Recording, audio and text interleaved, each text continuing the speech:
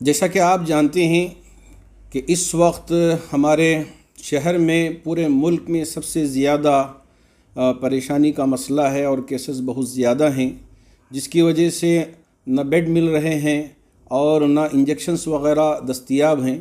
ایسی صورت میں حضرات علماء نے حکومت سے بات کرنے کے بعد یہ طے کیا کہ لوگ پچھلی سال جس طرح سے عید کی نماز کا اہتمام اپنے اپنے طور پر کر لیے، اسی طرح سے عید کی نماز کا اہتمام کریں۔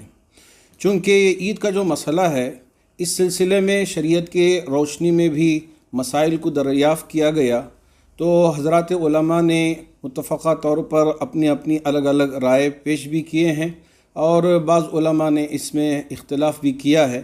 میں دونوں صورتوں کو آپ کے سامنے اس وقت رکھنا چاہوں گا تاکہ آپ ساری چیزوں سے واقف ہو کر اپنے اپنے طور پر ان نمازوں کو ادا کر سکیں۔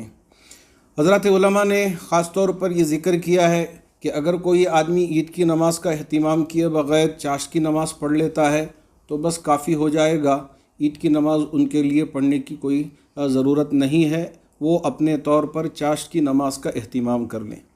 لیکن دارالعلوم دیوبند کی طرف سے ایک فتویٰ شائع ہوا جس میں لکھا گیا ہے کہ اگر کوئی فرد واحد ہوں یا 2 آدمی ہوں، 3 آدمی ہوں، تو ایسی صورت میں بھی وہ احباب چاشت کی نماز 2 رکعت یا 4 رکعت ادا کر لیں، اور ہو سکے تو شکرانے کی نماز بھی پڑھ لیں تاکہ اللہ رب ذوالجلال کا شکر ادا کرنے والے ہم بنیں کہ پورے روزے اللہ نے ہم کو عطا کیا، جبکہ بہت سارے لوگ ہمارے سامنے، ہمارے آنکھوں کے سامنے ہم سے رخصت ہوتے ہوئے اور ہم اپنے ان ہاتھوں سے قبروں میں اتارتے ہوئے ہم نے دیکھا ہے۔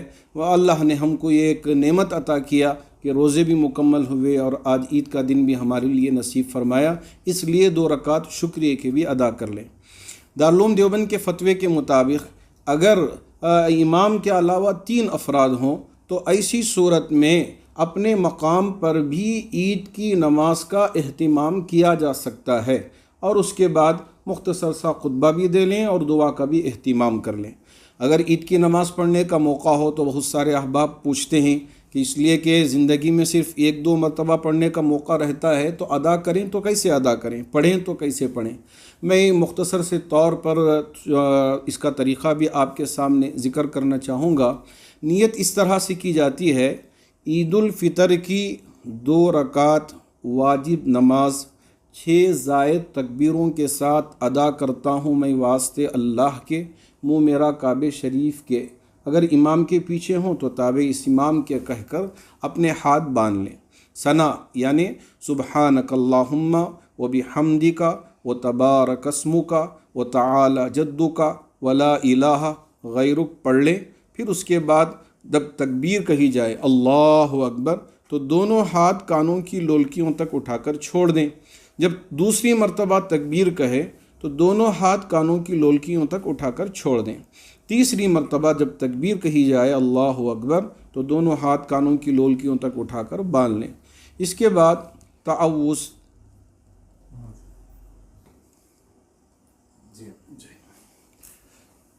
چونکہ نماز کے سلسلے میں بہت ہم دیکھتے ہیں کہ صرف سال میں 2 مرتبہ پڑھی جاتی ہے، تو بہت سارے لوگوں کے ذہنوں میں یہ نماز کا طریقہ نہیں رہتا۔ بہت سارے احباب پوچھتے ہیں کہ نماز پڑھیں تو کیسے پڑھیں، اگر ہمارے لیے موقع ہو فتاوی کے حساب سے تو ایسی صورت میں ہم کو کس طرح سے پڑھنا چاہیے۔ مختصر سے طور پر اس کا طریقہ آپ کے سامنے پیش کرنا چاہوں گا۔ نیت اس طرح سے کریں کہ عید الفطر کی 2 رکعت واجب نماز 6 زائد تکبیروں کے ساتھ ادا کرتا ہوں میں واسطے اللہ کے، منہ میرا کعبے شریف کے۔ اگر امام کے پیچھے ہوں تو تابع اس امام کے کہہ کر آپ پہلی تکبیر کہہ کے باندھ لیں ہاتھ، پھر ثنا پڑھیں سبحانک اللہم و بحمدک و تبارک اسمک و تعالی جدک ولا الہ غیرک۔ پھر اس کے بعد تکبیر کہیں اللہ اکبر تو دونوں ہاتھ کانوں کی لولکیوں تک اٹھا کر چھوڑ دیں۔ دوسری دفعہ جب تکبیر کہی جائے تو دونوں ہاتھ کانوں کی لولکیوں تک اٹھا کر چھوڑ دیں۔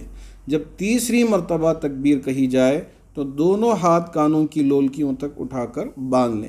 پھر اس کے بعد تعوذ تسمیہ یعنی اعوذ باللہ من الشیطان الرجیم، بسم اللہ الرحمن الرحیم، پھر سورہ فاتحہ، اور جو بھی صورت آپ کو یاد ہو اس کو ضم صورت کہا جاتا ہے، ایک صورت آپ ملا کے پڑھ لیں۔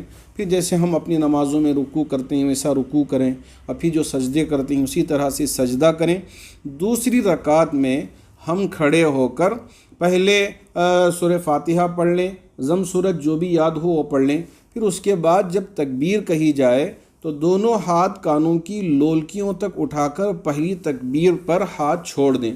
جب دوسری مرتبہ تکبیر کہے تو دونوں ہاتھ کانوں کی لولکیوں تک اٹھا کر چھوڑ دیں۔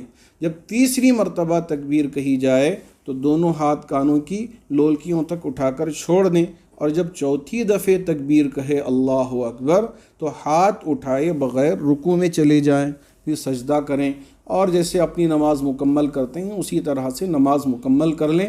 اگر جمعے کی جو شرائط لکھے گئے ہیں وہ شرائط کے ساتھ آپ عید کی نماز پڑھنا ممکن ہو تو اس کے بعد مختصر سا عربی خطبہ آپ کو گوگل سرچ کرنے پر بھی مل جائے گا، یوٹیوب میں مل جائے گا۔ اگر اتنا بھی نہیں ہے تو حضرات علماء نے، خاص طور پر امام ابو حنیفہ اور دوسرے ائمہ اکرام نے بھی کہا ہے کہ تسبیح پڑھ لیا جائے تو بھی کافی ہوتا ہے، تو اس سے خطبے کی جو سنتیں ہیں وہ ادا ہو جائیں گی، اور خطبہ جو ضروری ہے وہ ادا ہو جائے گا۔ پھر اس کے بعد آپ اپنے طور سے اپنے لیے بھی اور پوری انسانیت کے لیے دعا کریں۔ تفصیلات بتا دیں۔ صدقۃ الفطر ہے جس سے اکثر لوگ صرف گیہوں تک محدود ہو گئے ہیں یا جو تک محدود ہو گئے ہیں، کیا اس کا اسلامی طریقہ کار ہونا چاہیے اور شریعت اس سلسلے میں کیا رہنمائی کرتی ہے؟ اللہ کے رسول علیہ الصلاۃ والسلام نے صدقہ فطر کے سلسلے میں 4 اجناس کا ذکر فرمایا۔ ایک گیہوں کا ذکر فرمایا، دوسرا جو کا ذکر فرمایا، تیسرا کھجور کا ذکر فرمایا، چوتھا کشمش یعنی ہمارے یہاں منیخہ کہا جاتا ہے اس کا ذکر فرمایا۔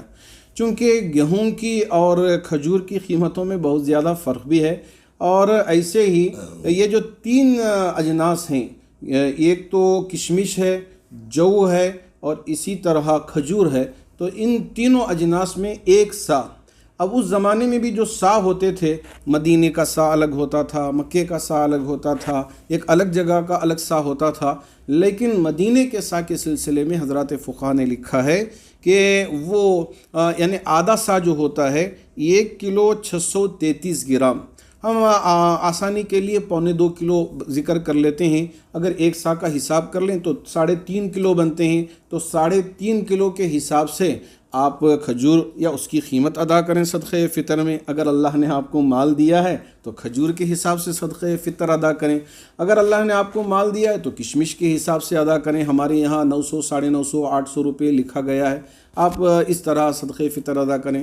جو کے حساب سے 350 روپے بنتے ہیں تو آپ وہ جو کے حساب سے، اگر درمیانی خاندان سے ہیں تو آپ وہ ادا کریں۔ نہیں ابھی تھوڑا سا ابتدائی دور ہے تو ایسی صورت میں آپ گیہوں کے حساب سے بھی صدقہ فطر وہ آدھا سا ہے 1.25 کلو کے حساب سے حضرات علماء نے، امیر شریعت دامت برکاتہم نے 75 روپے ہماری اس ریاست کے لیے اس مرتبہ صدقہ فطر مقرر کیا ہے۔ تو آپ احباب اپنے طرف سے بھی جو صاحب نصاب ہوں، یا یہ ہے کہ روزانہ کھانا پینا چلتا ہے، اللہ نے اتنا آپ کو بنایا ہے، صاحب استطاعت جس کو کہا جاتا ہے، وہ حالت میں اللہ نے آپ کو رکھا ہے، تو ایسی صورت میں آپ اپنے طرف سے بھی، اپنی بیوی کی طرف سے، اپنے بچوں کی طرف سے، اپنے غلاموں کی طرف سے، حتیٰ کہ اگر عید کے دن بچہ پیدا ہوتا ہو تو اس بچے کی طرف سے بھی صدقہ فطر کو ادا کرنا ہوگا۔ کن لوگوں کو دینا چاہیے؟ کیا خاندانی رشتہ داروں میں یا اپنے خونی جو رشتہ ہوتا ہے ایسے احباب کو دیا جا سکتا ہے؟ اس کی کیا؟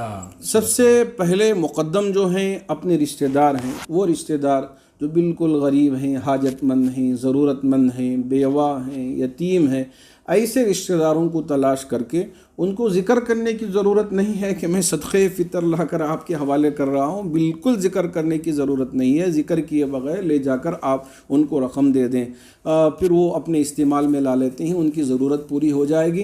اصل میں مقصد یہ ہے کہ جیسے ایک مالدار عید کے موقع پہ کپڑے لے کے پہنتا ہے اور اچھی مرغن غذائیں کھاتا ہے، تو تو اسی طرح غریب کے دل پر بھی کہیں یہ احساس نہ ہو کہ میرے پاس بھی اگر مال ہوتا تو میں بھی اچھے کپڑے خرید کے پہنتا، میں بھی ایک اچھا کھانا پکا کے کھاتا اپنے طور پہ، لیکن کیا کروں میرے پاس نہیں ہے۔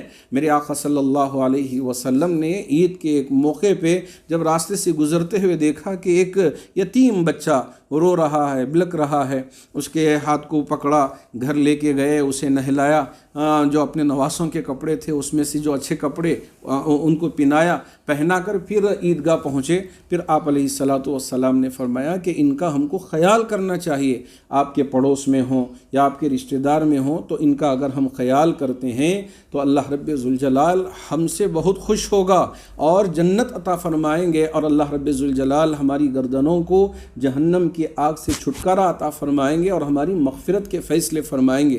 موقع ہے ثواب لوٹنے کا، ہم لوٹ لیں۔ کیا سگے رشتہ داروں میں سگے بھائی ہیں، سگے بہنیں ہیں، یا سگے جو آپسی خونی رشتہ ہوتا ہے، ایسے احباب کو دیا جا سکتا ہے یا نہیں؟ اس پر بھی کچھ؟ جی ہاں، بھائی وغیرہ ہو، بہن ہو تو ان کو بھی صدقہ فطر اگر محتاج ہوں تو دیا جا سکتا ہے۔ البتہ باپ ہوں یا اولاد ہوں، جیسے بیٹے ہیں یا بیٹیاں ہیں یا پوتے ہیں، پوتیاں ہیں، نواسے ہیں، نواسیاں ہیں، تو ان کو صدقہ فطر یا دادا دادی، نانا نانی یا اوپر کے جو رشتے ہیں باپ سے ماں سے، تو ان رشتوں کو چھوڑ کر آپ اپنے چچا کو یا پھوپھی کو یا تایا کو، ایسے رشتہ دار جو ضرورت مند ہیں اور حقدار ہیں، تو ان کو صدقہ فطر کی رقم دی جا سکتی ہے۔ اس میں شرعاً کسی طرح کی کوئی ممانعت نہیں ہے۔ ملت کے نام کیا پیغام دینا چاہیں گے مختصراً؟ میں اس وقت پوری ملت اسلامیہ سے یہی کہنا چاہوں گا کہ اس وقت پوری ملت اسلامیہ ٹوٹ چکی ہے۔ ایسے میں اللہ رب ذوالجلال نے جن احباب کو مال دیا ہے وہ اپنے مال کو ان احباب پر خرچ کرنے کی پوری کوشش کریں۔